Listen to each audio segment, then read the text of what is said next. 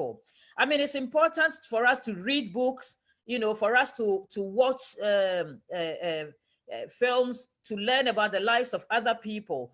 But really, in mentoring, the key element is the fact that the mentor shares his or her life and experience to you, the mentee. So you get it from a direct source.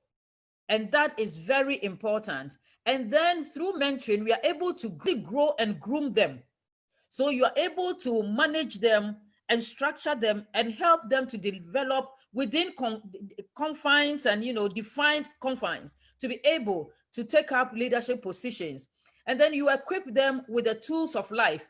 Because in mentoring, whilst people share their lives with you, you learn a lot about even sometimes the mistakes that they may have made, that you. And so the succession plan, whether in the church or at the workplace, the succession plan or the succession pipeline is always enhanced, because you have people who are waiting, to be brought into the limelight, into the people who can continue to support the church to move on. And it provides learning opportunities and training grounds. Sometimes the learnings that we have may not only be about, leadership, even be about a skill, a handy job that, can help you. It can be about, your career and what somebody who has gone through it can support you with.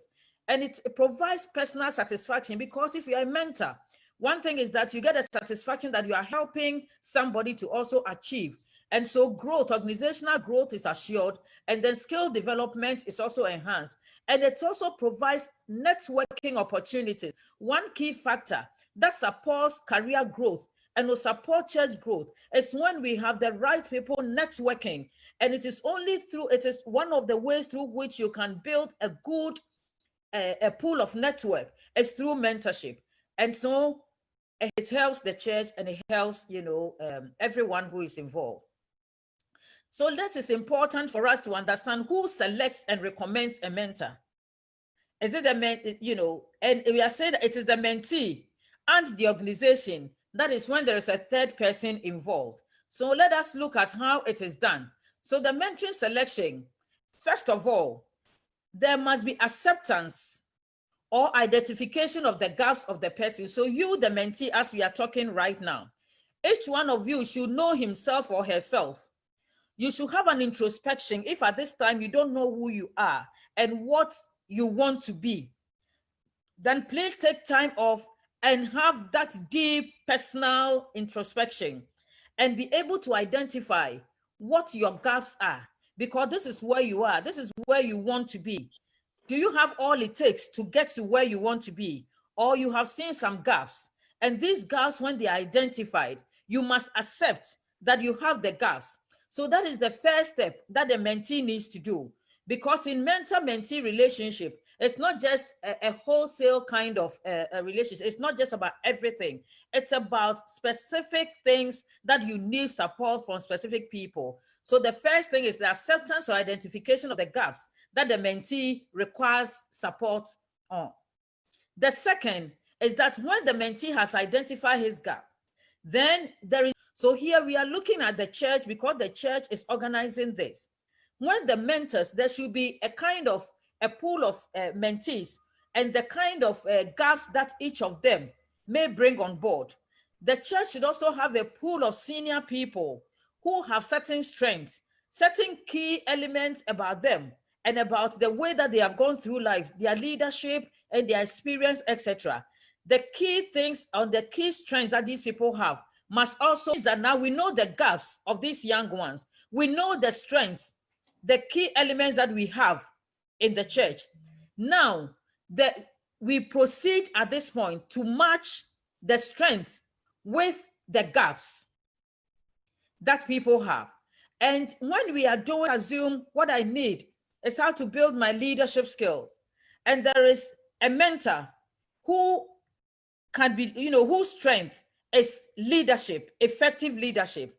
Obviously, we will think that these two can come together because I can impart the knowledge of leadership to this younger person who requires that.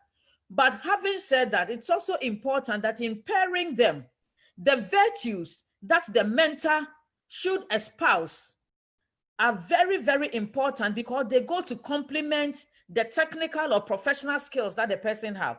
You may be the greatest of leaders. You may be the greatest professional in your professional area. You may be an expert, but if you do not carry the right values, then pairing you with somebody could even endanger the person's life in one way or the other. And so whilst we pick your technical strength, we must also pick the virtues that you espouse. And when all are in tune, then you can bring the two people together. And that is when pairing becomes effective. So there is one, there is two, there is three, and there is four. When you don't go in that process, you can crash. People, they find mentors with values as they do to be able to help them. And so that is how mentoring selection is done. What are some of the essentials? Very quickly, it is important that if we can have same gender mentor-mentee, it is preferred. I'm saying it is preferred because if the values are right, there will be no problem. I mean, I have mentored men and now, you know, in my organizations, etc. And you can do that. But where you think that there is a reason to pair same gender, that is always preferred. Then there must be commitment of time. Mentorship process is it is time consuming, and for both the mentor and the mentee. And therefore you cannot agree to be a mentor when you don't have time that you commit to time. Again, it's important that we avoid assumptions and misconceptions when we enter into that relationship. Don't assume and don't have a misconception about anyone, whether about your mentor. Oh, I assume that this person is this, and therefore I will get this. Or, you know, this mentee, this is how I see this person, especially when people are matching or pairing you up. Mentor-mentee relationship is a structured relationship. It is not haphazard. It's mentee, and you must respect that. And the mentee is opening his or her life to you, the mentor, and the mentor must respect that. And that is why confidentiality becomes a very key element in mentor-mentee relationship, because you get to know so much about each other that if you cannot zip up, then it is going to be all over the place, and that will not be an effective way of learning from somebody or of helping another. Mentees, remember that your mentors are not superhuman. So your mentors may not be able to solve all your problems, but the mentor has the opportunity to get others to support when the need arises. And the process of getting others to support, we also talk very quickly about that. And is the gap that you have set out and for the mentor to help you. And is the gap that you have set out and for the mentor to help you. And in mentor-mentee relationship, there must be rules of engagement. And these rules of engagement will determine how we structure the process, how we structure, the relationship going forward, and what our expectations should be. So the mentor has some responsibilities, and the mentee needs to know what the responsibilities of the mentor is, just as the mentor needs to know what the responsibilities of the mentee are. And so the mentor has a responsibility to share his or her life, because when you are sharing your experiences, when you are sharing your skills, obviously you are sharing a part of you, you are sharing your life, and that is a responsibility. And the mentor must create the right and appropriate conducive atmosphere so that you can have that kind of conversation going on and being, fruitful. Let's keep our conversations be able to, the mentor must be able to soak the frustrations of the mentee. Most of the time, the mentees have frustrations that they may not have had the opportunity to share with anyone. Give them a listening ear and let the mentee pour out as much as possible, especially at the beginning of the relationship. When they are pouring out their hearts, don't interrupt them. Get as much information from them as possible, because there are gaps that they want you to help them from that gap might have resulted from a certain situation that they have been in, a certain socialization that they may have gone through. And that is it. So encourage them. Mentors must be encouragers, and mentor knowledge and skills and experience. If a mentor doesn't have the right virtues, the right values, you cannot be asked to mentor anyone. And let us help the mentee by expanding their social network. And again, let's remember that the mentor is supposed to be a point of reference for the mentee, so that at every point in time, you become like the counselor, the guide, the one who is leading him or her to move on in life, whether it is in career or, you know, in church activities. The mentor again will have to assist the mentee to be focused. Sometimes the mentees are not focused. The young people, they tell you that they want you to mentor them, and then they are moving from right, left, center. They don't know where their focus is. And it is the responsibility of the mentor to shape them up and bring them in line so that the relationship can be beneficial. And so we are, as mentors, you provide leadership, and then you give them the opportunity that can help them to move on in life. Okay, so the mentees, young people, the youth, if you are a mentee, what are your responsibilities?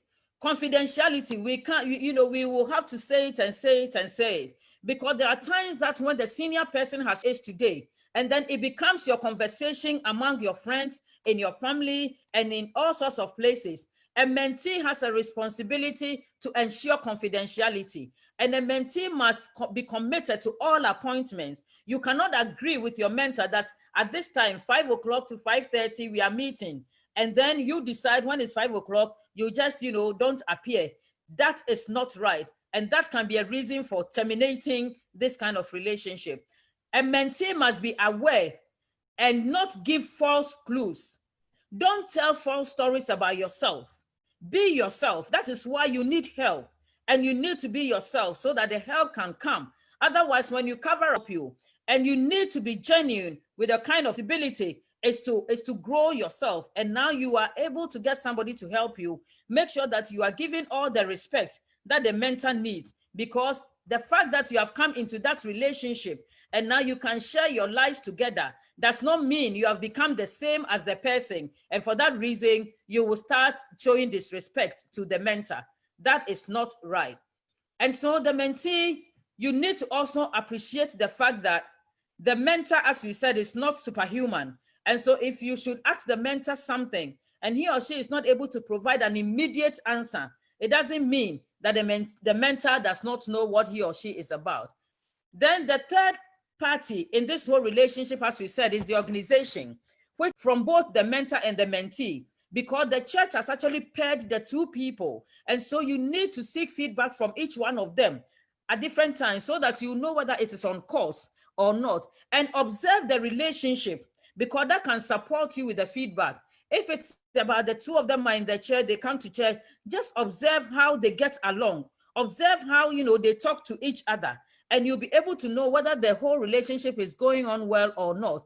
And when there is a reason, there's to know whether the objective, the reason for which the two were brought together has been achieved. And we need to make sure that we do this in an environment where we don't create animosity, but we use that need of the mentee cannot be provided by the person who is a friend. So now, having known what our responsibilities are, very quickly, how does the session go? So basically, the session is about agreeing on the need. Mentoring is not haphazard. It's not about everything. It's about specific needs that you need support on. And so agree on how you want to meet. Is it once every 2 weeks? Is it once a week? Is it once a month? And if you decide on that, it must be regular and it must be consistent, because there must be an evaluation at the end of it. And so the date that you decide to meet, book it ahead of time. Don't take anybody by surprise. Emergency to sort out. Otherwise, it's important that you book it ahead of time to say, after church this Sabbath, maybe between 1 and 2 o'clock, we will meet to have a session. Then it is already ahead of time, and each party would have prepared. Agree on the start time and the end time, and agree on where.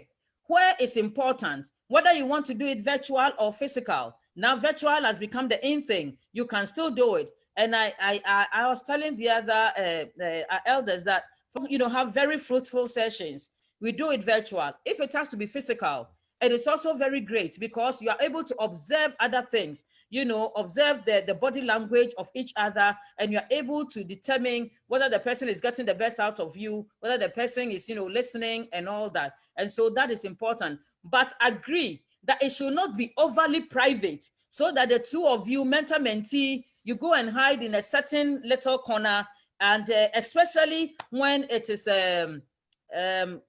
not same gender, for instance, and you're hiding in a little corner that, it's so overly private. That cannot, it's not the right thing to do.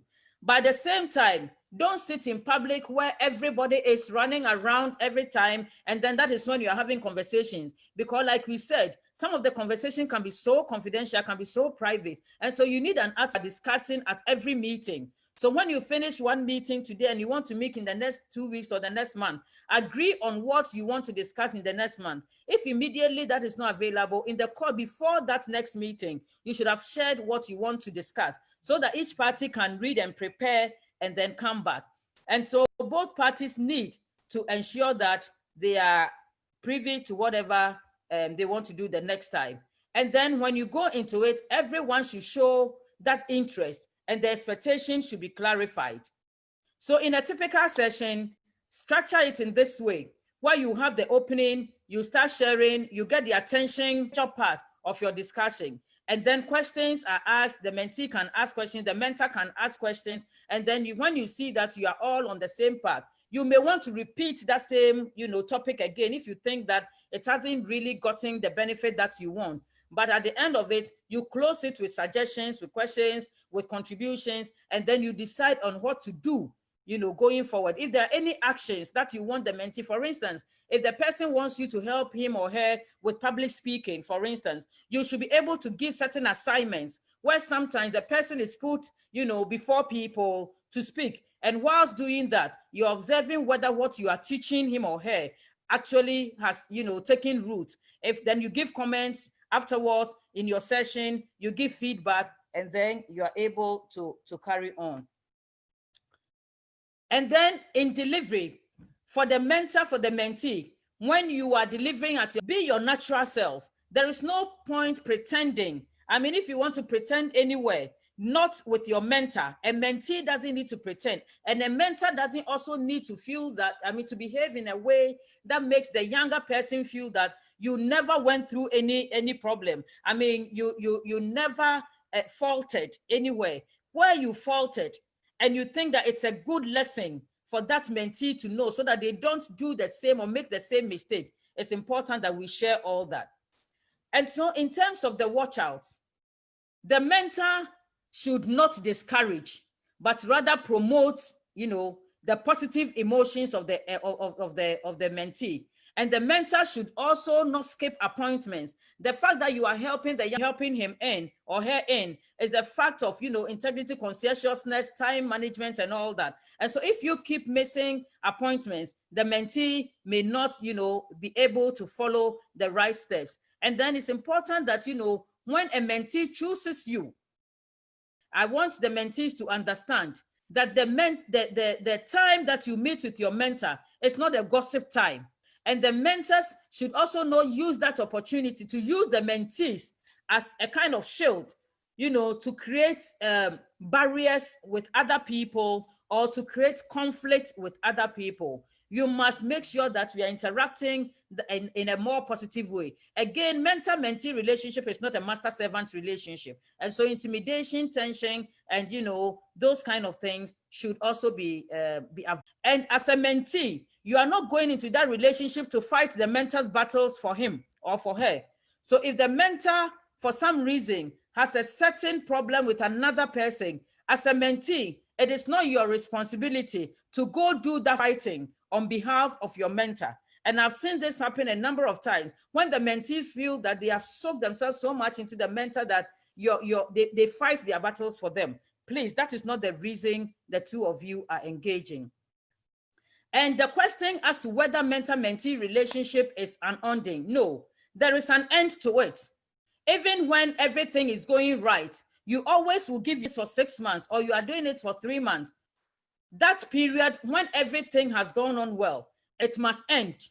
the relationship of mentor-mentee must end. But of course, because you would have built a social network, you will still be, you know, and once in a while you can go to the person and seek for an advice, an opinion, etc. But the formal structured relationship may have ended. And I've said that sometimes after the period, you may even see that the mentee needs a lot more help. It is possible for you to agree to extend that structured relationship. But where there is a mismatch, where sometimes there's lack of commitment, when there is no turn down or broken, or confidentiality is broken and all that, when there is suspicion and discomfort, then that relationship can end, you know, because when you are so suspicious that what you are getting is not what you were promised, what the person is bringing on the table is not exactly what, you know, you bargained for, you can bring that obvious. That is a reason why you can also end it. And sometimes also, after a certain point, you may see that all you need to do, you have done. The mentor or the mentee may have a different focus, and the mentor may not be the one who can help with that new focus. When that happens also, there is a need for you to break. You should not end this relationship and then you don't talk to each other anymore. So even when you have to period or even after, and that the mentor must seek feedback, so must the mentee also give feedback.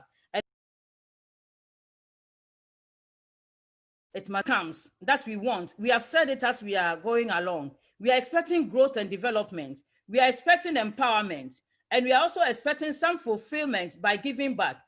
We are to be on their own and to make those who are even in some kind of job, we help them